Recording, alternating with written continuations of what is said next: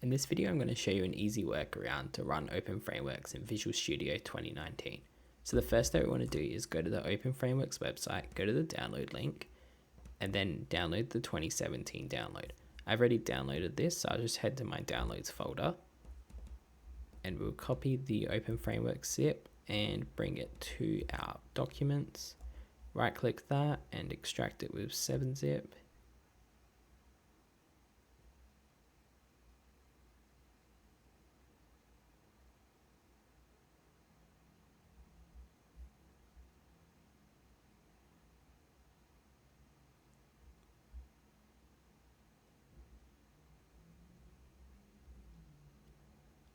Yep, now that's done, we can delete the zip and we can rename this directory to OpenFrameworks.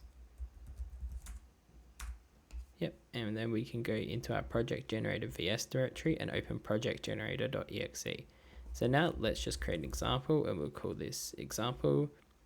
Then we'll just use OFX GUI as an add-on and we'll hit generate. So now it'll bring up this link and we can just hit open in IDE and it'll open in Visual Studio 2019.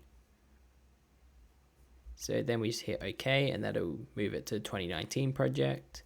And then we can just start it with a debugger. Yep, and now start to build. This may take a while on the first time, so we'll just skip ahead to its finished building. Yep, and now it's finished building and it's running it on Visual Studio 2019. So that's all for setting up a project in 2019.